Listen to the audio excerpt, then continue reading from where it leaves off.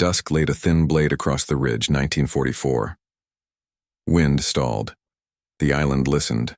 Sergeant Noah Kincaid slid a cracked shaving mirror from his kit, taped it to a splintered stick, and edged it above the lava lip by a thumb's width. Not a head. Not even an ear. Just a coin of light angled to catch what glass catches when men get careless. "Easy," whispered his spotter, PFC Leo Santos, counting in breath lengths. 10, 9. Kincaid feathered the tilt. The mirror winked once, no more than a moth's wing. The answer came like a finger snap. A Type 99 cracked from the pandanus. Bark spat from a palm 5 inches right of the fake glint. Kincaid didn't flinch. His reply threaded the same air, a single M1903 shot through the notch he'd memorized at noon. The enemy glass went dark. "Mark it," he murmured.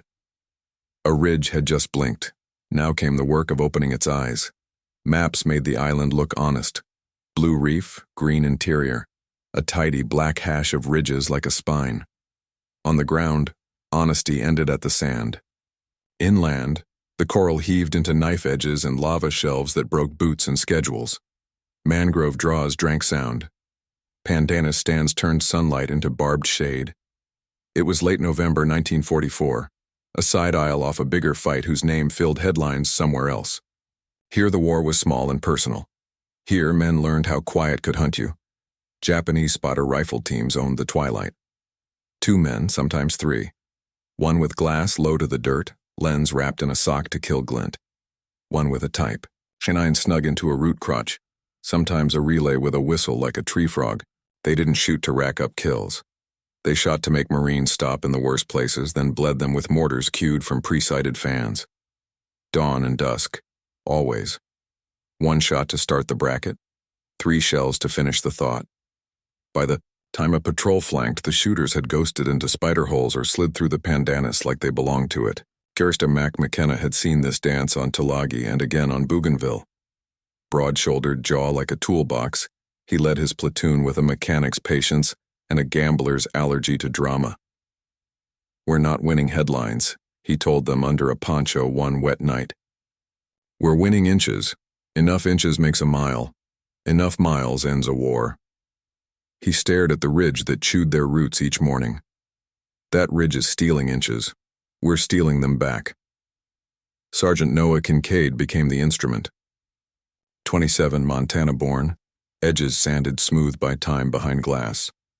He preferred bolt over semi, an M1903 with a worn-in 8X scope that kept 0 like an old horse keeps its trail.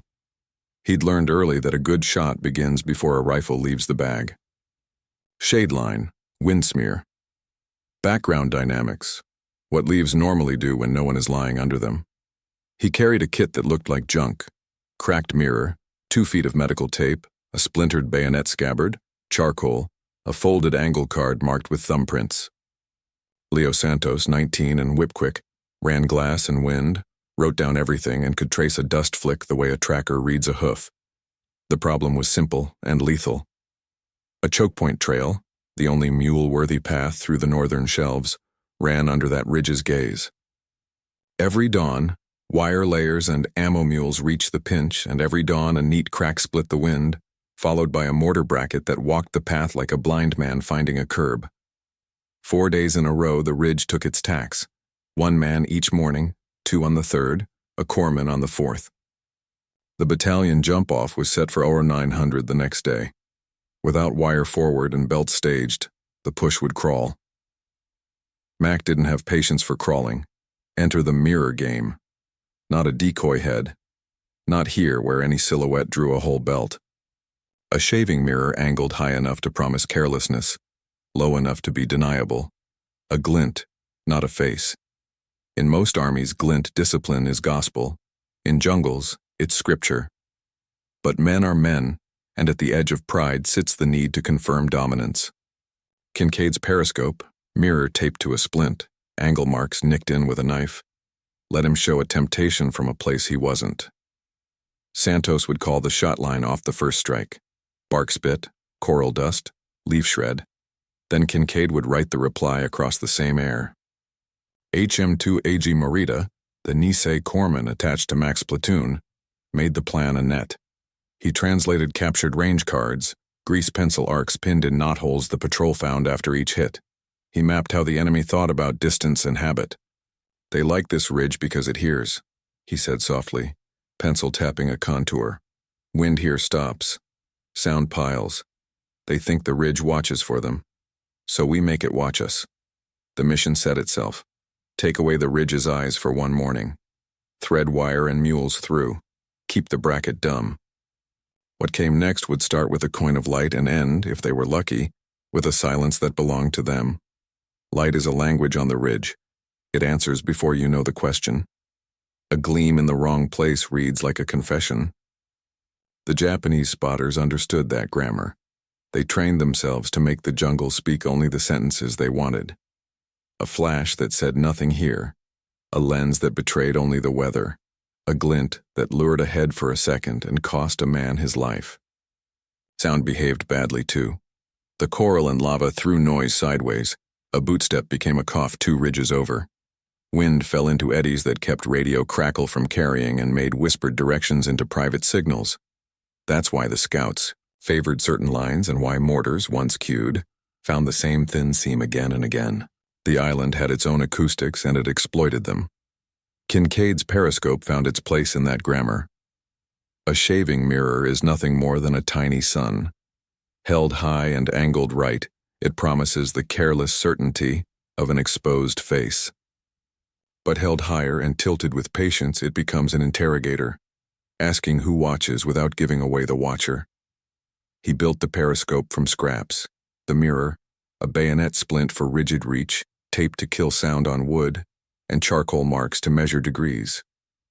He cut small notches at known angles so that in low light he could set the flash repeatably. 3 degrees left for a near bait, 6 degrees for a further tease. Santos learned those angles like a hymn. His pencil kept time on the notebook. Technique mattered. The mirror had to flash like chance, not like rehearsal. Kincaid practiced with a reflector against a rock until the glint mimicked a head's blink, short, unpredictable, catching only when the enemy's eye sought proof. If it glinted too long, the ridge adjusted. If it blinked in a repeatable pattern, it became a code. The goal was to encourage a shot that would reveal a spotter's position, just enough to confirm a vector the platoon could bracket with real fire. Controlling the reply was a science of its own. Kincaid coordinated with Mack's mortar observer and with Tanaka's translations of the ridge's prior hits. If the mirror drew a shot, Santos listened for the sound signature. A hollow bark meant a target behind thin pandanus. A dry twang meant a shooter in a rock fork. Dust and leaf movement told which side of a route the man favored. Kincaid's training with the M1903 let him aim at what he couldn't see. A leaf edge, a twig notch, the faint out-of-phase shadow that nature makes when it hides something human. Risk management was ritual. No one fired at a flash without 3 checks: wind vector, background contrast, and the belly of the ridge's expected bracket. Mack's rule was absolute: no vanity shots. The periscope bait was never meant to be a trophy. It was an interrogative. If a man took it, the reply had to be used, not celebrated. That meant stringing the bait into a sequence: flash, observe, bait again 20 seconds later at a slightly altered angle. Then, if the enemy reshot, bring mortar or rifle to the adjusted vector. The procedure balanced patience with tempo. Move too slow and the scout slipped. Move too fast and the bracket walked the wrong place. There was a psychological edge too. A mirror that elicits fire forces the shooter into a sentence. I am here. The act of shooting betrays more than location. It betrays habit, patience, the prey's estimate of you. Kincaid counted on that confession. He relied on nerves to make the enemy tell him where they stacked their answers. By the time dawn planned, its color, the periscope had taught the platoon another lesson. War is less about brute force than about coaxing truth out of light and sound. With that map of confession in hand, the patrol would turn bait into a net, and a net, if tightened correctly, eats silence for breakfast. Noah Kincaid kept his hands like a clockmaker keeps tools, clean, steady, ready. He had a way of inhaling that slowed the world. Breath was his pre-shot metronome. On the ridge he became small work. Check the glass, set the angle, wait until a leaf lied.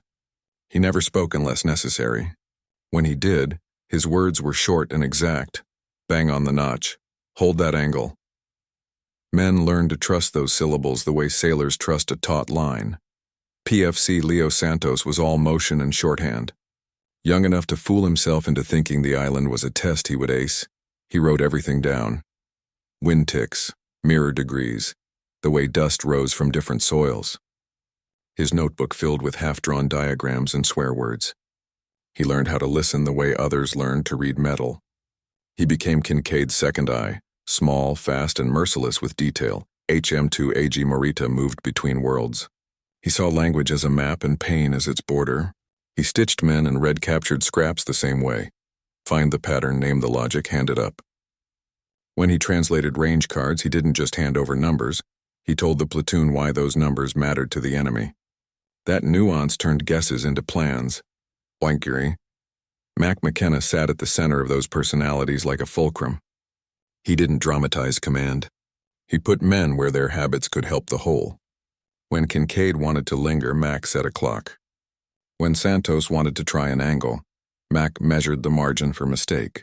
Leadership here was calibration more than orders. Bait and bracket is a geometry problem. The ridge offered axes, trails, gullies, forks that intersected like the teeth of a comb. The spotters used one tooth at a time. The Marines chose to make the ridge answer for itself. The mirror periscope turned temptation into intel. A single flash provoked a reaction. The patrol designed sequences: flash, wait, flash shifted, then call in an adjusted bracket. If the enemy fired from the same seam twice, mortar and rifle could triangulate to a lethal ellipse. The trick was tempo. A successful sequence left no window for the scouts to relocate before fire landed. Overwatch pairs held arcs in practiced silence. One man watched near, 20 to 30 yards. Another watched far, 60 to 100. They rehearsed the exchange, finger on trigger, eye on leaf seam. Breath timed to the lull between cicada choruses. Noise fishing, a pebble cast or a clipped whistle, forced habit into motion. If leaves moved oddly, the pair closed like a hand. Counter-mortar geometry shifted patrols off the predictable lines. Instead of moving straight through the pinch, teams used angled entries and temporary false trails, paths that looked right but led into dead ground. The goal was to make the ridge's presights obsolete. The periscope is a lesson in practical optics and improvisation. A shaving mirror reflects a concentrated coin of light. Mounted on a rigid splint, it reaches above a berm without exposing a head. Tape muffles wood contact. Charcoal smudges reduce white glare. Kincaid's thumb notches let him set repeatable angles in the dark. 3 degrees left for a near tease, 6 degrees for a further bait, 10 degrees for a double play that suggested a second observer. Reading a reply requires training the ear as much as the eye. A Type 99's bark varies. Twig strikes mean a root-locked shooter. The low thum of a suppressed shot tells of an earth pocket. Dust plumes and leaf motion provide horizontal offsets. Coral dust indicates a downhill vector, while dry soil sloughs up in a tighter cone. Santos cataloged these signatures in shorthand. Bark left, dust 1.2, leaf phase out of sync, so Kincaid could translate sound into sight. Material tweaks multiplied effect. A small rubber gasket at the sling swivel reduced chatter when the rifle came to shoulder. A leather wrist wrap kept the periscope from cutting into skin when pressed against a cheek. The squad carried spare mirrors and oilskin because glass breaks, but the trick stays. Ammunition choice mattered. The crisp, clean report of a match-grade ball load gave a better sound print than corrosive tracer when you needed to read a backblast. Together, these human habits, tactical sequences, and technical fixes turned deception into reconnaissance. The periscope didn't merely tempt a shot. It made the enemy's habits legible. With that knowledge, the patrol could convert a confession into a cordon. GySgt Mack McKenna led like a spirit level. Quiet, implacable, making men true. He rationed courage the way he rationed water, small, frequent, enough to keep a platoon from cracking. Orders came as low sentences you felt more than heard. No hero angles. One shot answers bait. We withdraw smarter than we arrived. He ran checklists with the tenderness of a man who had buried friends: wind, background, bracket belly, exfil path. If any item went unanswered, the mirror stayed down. He made ritual out of safety. Before gray light, he walked the line and tapped helmets, not to bless but to calibrate. He tugged Kincaid's sling, thumbed the periscope's tape, made Santos recite the angle marks with his eyes closed. He had one superstition. The last word before a bait belonged to the spotter, not the shooter. Leo calls it, Mack said. The man who reads the world decides when we ask it a question. The choice invested Santos with ownership. It kept Kincaid from chasing perfect when good enough would live. Mack also knew when to harvest silence. After a shot sequence, hit or miss, he imposed a 60-second embargo on speaking. Those were the longest minutes of the fight. No triumph, no cursing, no post-mortem. Let the ridge answer first. The rule bled heat out of momentum and turned adrenaline into attention. Men learned to love the quiet for what it saved. The spotters were craftsmen. They wore glass inside socks, blacked lens edges with charcoal, and wrapped their cheeks in gauze to kill human shine. They moved water like contraband. 3 swallows at dusk, 1 at dawn, so thirst wouldn't command noise. They pre-sighted mortar fans with grease pencil arcs on range cards sealed in oilskin and left in knotholes. Their relay whistles mimicked tree frogs. Their footprints looked like wind. Their doctrine prized 2 truths. First, habit is a weapon. Marines would take the same notch to avoid the same gully because maps and fear agree on the shortest line. Second, pride hunts. A rifleman who prided himself on glass would check a glint. A patrol that prided itself on speed would push a pinch. The spotters set lures keyed to those truths. Low mirrors to draw glass, false prints to draw trackers, and a predictable single rifle shot to start the mortar's bracket. Then they vanished, seeding killing to a geometry that never slept. Morita respected their work. He could tell their training lineage by the way numerals lay on a card. Old hands wrote 7s with a crossbar. Younger ones didn't. The best crews pinned their cards under resin so rain read them without smearing. He taught Mack's men how to read the enemy's pride. Where a neat hand meant a man who would shoot twice if baited. Where a sloppy arc meant a team that would relocate early. That anthropology of craft turned the mirror game from gamble to conversation. Deception disturbs easy ethics. To angle a mirror is to invite a man to confess hunger, to make him reach, then end him for reaching. Kincaid understood the intimacy. He had seen enough faces in the scope to know that each was a world with a mother and a street somewhere far away. He taught himself to name parts, not people. Leaf seam, bark spit, angle notch. It wasn't denial. It was a way to carry the day without carrying every ghost. Mack's rules made room for mercy without breaking war. There would be no victory yells, no head count bragging, no firing into brush for comfort. If a man dropped, they checked him with respect. If a prisoner breathed, Morita decided the morphine and the words. When the bait flushed an enemy who ran instead of fired, Kincaid didn't chase a back. The mirror came down and the net reset. Restraint wasn't softness. It was discipline that kept the plan intact and the next patrol alive.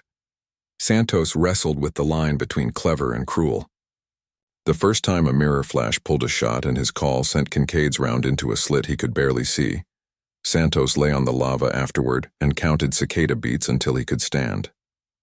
Morita found him there. "You didn't trick him," Morita said quietly. "You revealed him." He lied to the ridge. You asked the ridge a question. It answered. The logic didn't make the work lighter, but it made it legible.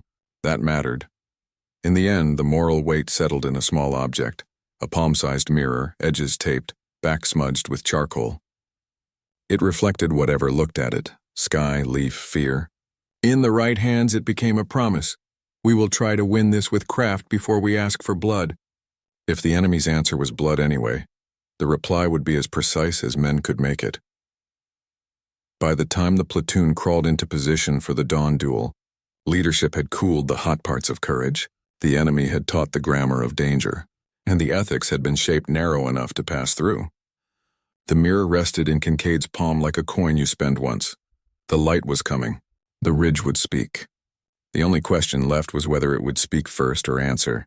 Night thinned until it was the color of steel. Wind stalled. The ridge leaned in. At 0542, Mack flattened his palm, hold, and the platoon poured itself into the island's ribs. Men became indentations. Breath became the softest currency. Far below, surf braided itself into a steady hush. Above, a myna bird made a sound like a rusty hinge and then thought better of it.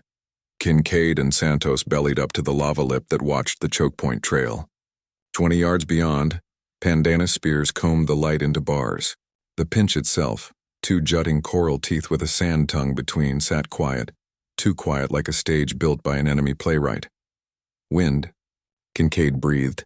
Santos pinched ash between fingers. It fell straight, then slid right a hair. Quarter right, soft. No heat shimmer yet. You've got clean air to 80. Kincaid nodded, slid the cracked mirror from its oilskin and taped it to the splinted stick. The periscope had new marks, 3 notches along the spine labeled with Santos's pencil. Near, far, reach. He set the angle at near, exhaled, and raised the mirror the way a man raises a question. A coin of light winked. Not a second longer than chance, 5 heartbeats. Nothing. He lowered the stick, reset the wrist, and tilted to far. Another blink. Higher, thinner? If an eye hunted, it would hunt that now. The answer came like a knuckle rap, sharp, clean.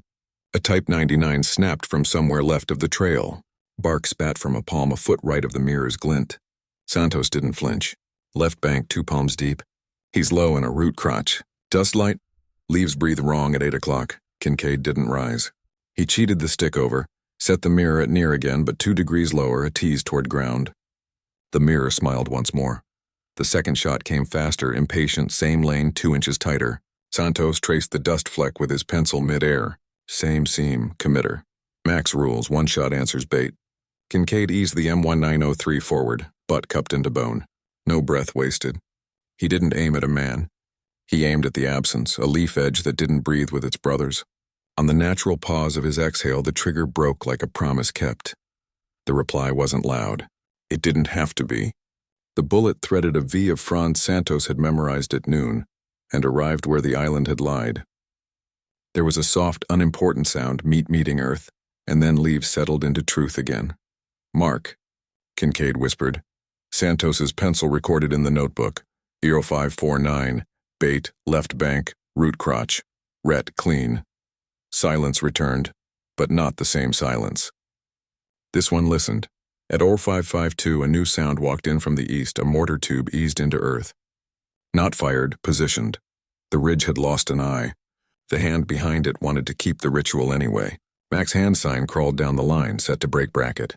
The FO hunched lower, handset under his chin, already building a map of where the enemy wanted them to be. Kincaid adjusted the mirror to reach and raised it an extra thumb, baiting not the rifle but the mind planning the bracket. The glint licked the top of the pinch as if some careless head had just dared a look. There, another flash, but wrong. Not rifle, glass. A second spotter had rimmed his lens to catch the lie. Santos saw the ghost ring where it shouldn't be. Right fore glass pandanus, glass at 9 feet, he breathed. Then, exactly as Morita had predicted, a relay whistle chirped. Amphibian perfect. Mortar time, 2 count, Mack hissed. Draw his look, then cut him. Kincaid lowered the mirror, shifted it left so the fake head moved as if ducking. The second spotter bit, raised his lens for confirmation. For a half breath, the jungle gave him away. A thin line of black where a leaf should have been green. Take it, Santos said. And because Mack had made that the law, Kincaid did. The M1903's bark folded into the ridge's ribs. The glass went blind. A whistle squeaked half a note and died the way a thought dies when someone answers it for you. Foe? Mack asked, tube set. They're guessing center. First drop's along.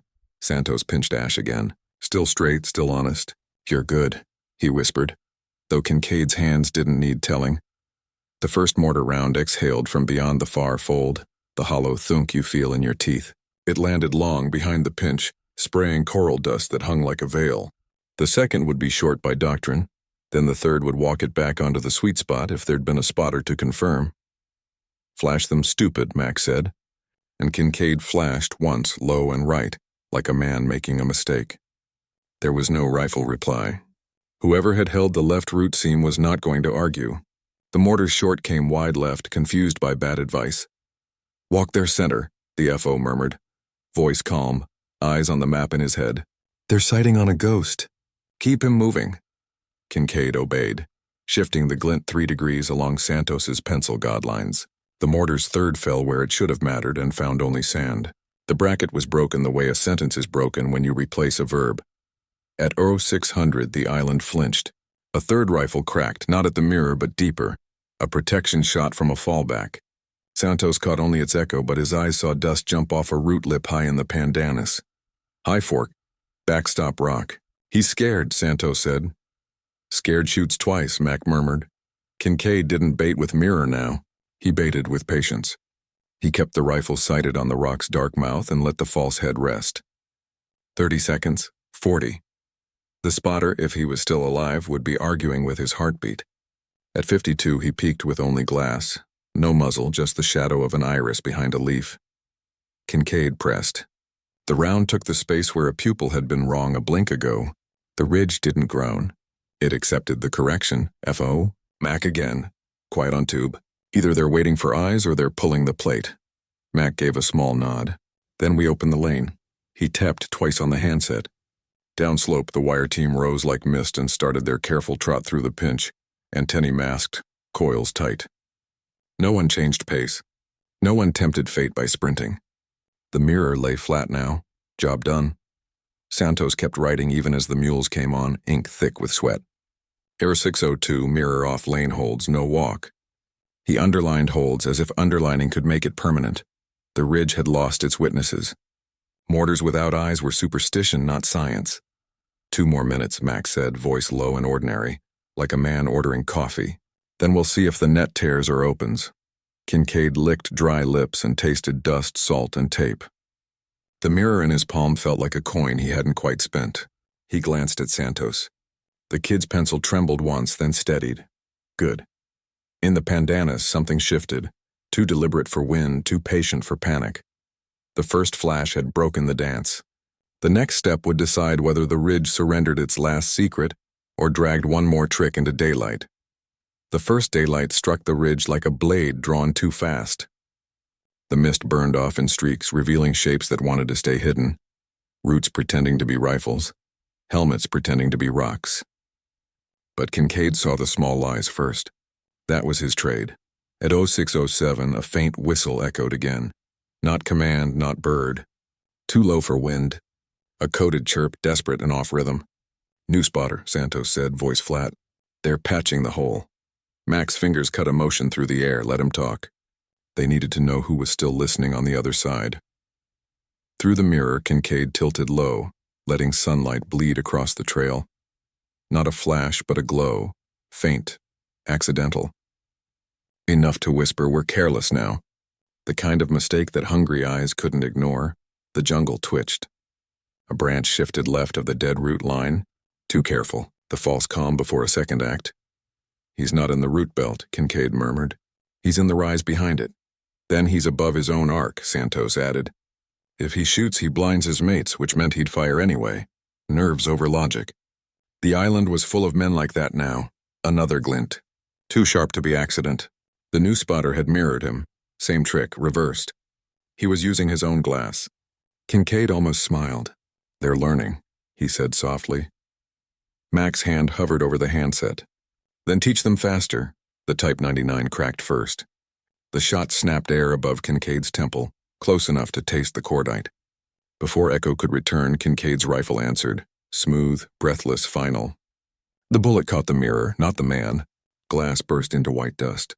The spotter, believing victory, rose an inch to verify. That inch was all Kincaid needed. The second round erased the face behind the glass. The ridge stopped pretending. At 0612, Mack called the code to open. 2-0 clear. Wire advance in motion. The mules started down the pinch, slow and deliberate, cable drum swaying. Each step rewrote the island's map, one coil of copper at a time. But the enemy wasn't finished.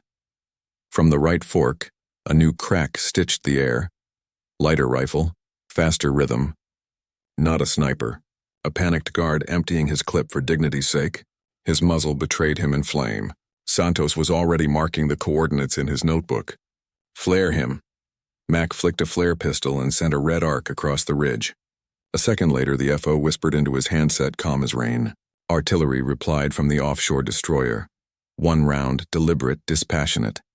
It landed where panic had been. Silence followed. Kincaid checked the mirror. Cracked, half useful. He turned it flat and caught one last sliver of light, scanning the ridge as if to confirm the island had finally stopped lying. Nothing left looking back, he said. Santos's Notebook trembled with sweat-stained ink. 0615. Ridge neutral, tube silent. Net secure. Behind them, the engineers hauled the last coil into position, unspooling communication through the open throat of the jungle. Somewhere offshore, a signal corpsman twisted a knob and the static broke clean. The ridge now part of the network, a living wire feeding back truth. Mack crouched beside Kincaid. "That little mirror of yours," he said. "You know what the boys are calling it now?" Kincaid shook his head. "The poor man's periscope. Command wants a sketch for field manuals." Kincaid stared at the cracked glass in his hand. A fragment of sunlight and blood mixed together. "Tell them to pack shaving kits with every rifle," he said quietly. "Half the war's fought on reflection." Mack gave a small grin, half pride, half grief. "You're not wrong, Sergeant. Just make sure it doesn't catch you first." Kincaid nodded once, slipping the mirror back into his pouch, now more relic than tool. Around him, the ridge felt lighter. The silence had changed its shape again, from watching to resting. At 0618, the FO confirmed. "Circuit live." Ridge held. "No return fire." Mack stood stretching like a man remembering his own height. "Then that's our dawn." They left the ridge as they'd found it. Quiet, breathing, remembering. The jungle would swallow the footprints by noon, but the wire would hum for months, carrying orders, rescues, and sometimes last words. And somewhere under all that, buried in the soil, lay a cracked piece of mirror that had seen both faces of war, the hunter and the hunted, and had learned how easily one became the other. By 800 hours, the ridge was no longer a battlefield. It was a transmission line.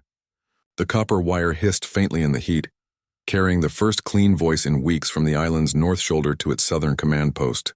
Signalmen called it the wire that spoke, though no one outside the platoon ever knew what it had cost to make it speak. On the destroyer, USS LaSalle, operators heard the static break. A voice came through, calm, unhurried, unbroken, ridge secured. "Line clear, observation established." For headquarters, it was just another report. For the men who'd lain in that dirt, it was a confession whispered into the sea. The engineers packed their coils, leaving small brass tags nailed into trees every 100 yards, silent witnesses marking where the line passed. Those tags would rust into the bark and remain long after uniforms and names had faded. Kincaid walked last, mirror shard still in his pocket. It pressed against his thigh like a coin of luck, or debt. Santos trailed beside him, notebook open, pencil stub worn to wood. "Think they'll ever know what happened up there?" he asked. Kincaid shook his head. "Not the ones writing the reports." He paused, watching sunlight strike the sea. "But the next sniper who looks through his glass and remembers to wait instead of shoot, maybe he'll know." Santos smiled, closing the notebook carefully. "Then we did all right." At the base of the ridge, they passed a small rise littered with spent shells and twisted helmets. The dead Japanese spotters had been carried off for burial by a detail of Marines. No one spoke. It wasn't celebration, just ritual, quiet, exact. Even in death, both sides were cataloged the same way. Grid, time, initials, confirmation. The jungle made no distinction. Later that afternoon, Max stood before the assembled platoon, reading the field note from division. His voice was steady, almost bored. Commendation. Bravo Ridge secured with 0 friendly casualties. Comm circuit fully functional. Credit 3rd Recon, 24th Marines. Then he looked up, eyes catching Kincaid's. "They'll decorate the engineers. We're ghosts, boys. The kind that keeps the lights on." No one complained. They just sat in the sand, cleaning weapons that hadn't fired more than a handful of times, and listened to the new hum in their radios. A hum that meant the rest of the island could finally talk to itself again. That night, Kincaid couldn't sleep. He took the mirror shard out, turned it in his fingers. It caught the lantern's light and threw it against the tent wall, soft and harmless now. Santos, half asleep, muttered, "Still looking for someone to shoot?" Kincaid smiled faintly. "Just making sure I'm still here." He laid the shard down beside his bedroll. It reflected only part of his face, an eye, a cheek, a scar. Enough to remind him that he'd survived but never whole. By morning, he wrapped it in cloth and tucked it deep into his kit. He didn't bring it on the next patrol. He didn't need to. The island had already learned its lesson, that sometimes the smallest piece of glass could change the entire rhythm of a war. When the ridge was revisited months later, its wire still hummed. The brass tags had turned green, the jungle was reclaiming the scars, and somewhere near the lava lip under a layer of moss, sunlight glinted for just a second, from a mirror that refused to stop telling the truth. By 1946, the war was over, but the mirror hadn't gone silent. In Camp Pendleton's training fields, recruits learned a new trick buried deep in the sniper's manual. It was listed dryly, tucked between range estimation and field camouflage. Improvised periscope for forward observation. A compact mirror affixed to an extendable stick may be employed to survey elevated terrain without direct exposure. No signature, no credit, just a diagram. 2 hands, a stick, and a mirror reflecting an unseen world. But every instructor who'd come out of the Pacific whispered the same name anyway. That's the Kincaid trick, they'd say. The mirror on the ridge. For the brass, it was innovation. For the men who'd been there, it was something quieter. A lesson in restraint carved into the memory of a humid dawn. Santos stayed in service another year, then went home to California. He never stopped carrying a notebook. Became a teacher. His students thought the burn mark on his wrist was from a workshop accident. It wasn't. It was from a spent casing that had rolled between his sleeve and skin on the ridge. The kind of small reminder only 1 man in 1,000 could decode.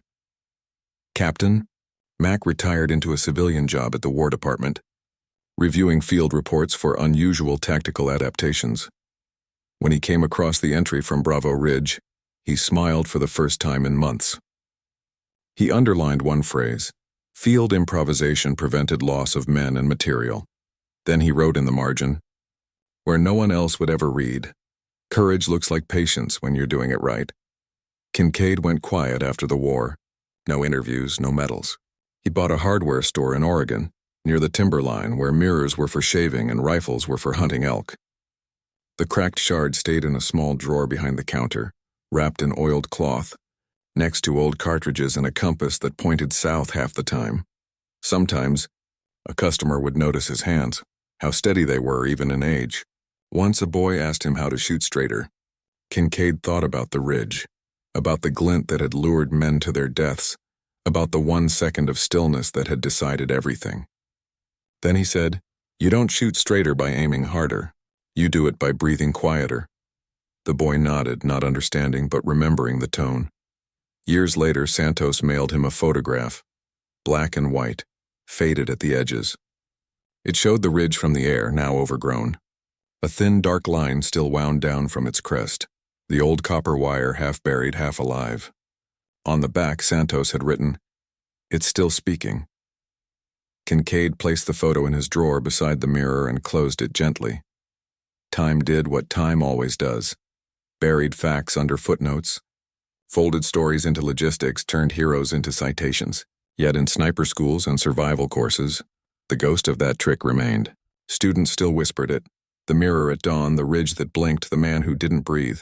And somewhere, in every quiet moment before a trigger is pulled, a hand steadies, and not because it was trained to, but because an old Marine once showed that patience could outshoot fear.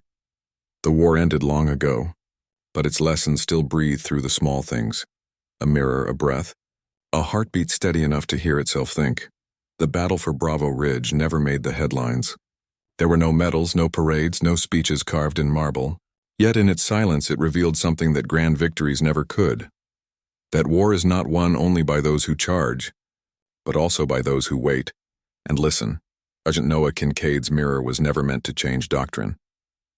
It was meant to survive a morning, but it became a symbol of everything that separates a soldier from a killer: discipline, calm, and the ability to see without being seen. That cracked glass taught the Corps that clarity could come from reflection, and that patience could be as lethal as firepower. For generations after, snipers and scouts would repeat it as quiet gospel: don't let your hands speak louder than your breath. Few knew where the saying came from. Fewer still knew the ridge's name. But every time a young marksman steadied his pulse, waiting for the light to shift just right, that was Kincaid's legacy, breathing in through time. In the end, the shaving mirror that had once lured fire became something more. It reminded men that even in war, vision is not only about what you see but how long you can bear to keep looking. The ridge is silent now. The jungle has taken back the trails, the brass tags, the bones. But somewhere beneath the vines, when morning light strikes just right, a shard of glass still flashes once. Not to signal danger, but to remind the world that courage sometimes begins with stillness. Subscribe for more true stories that remind us of what it means to be human, even in the darkest of times.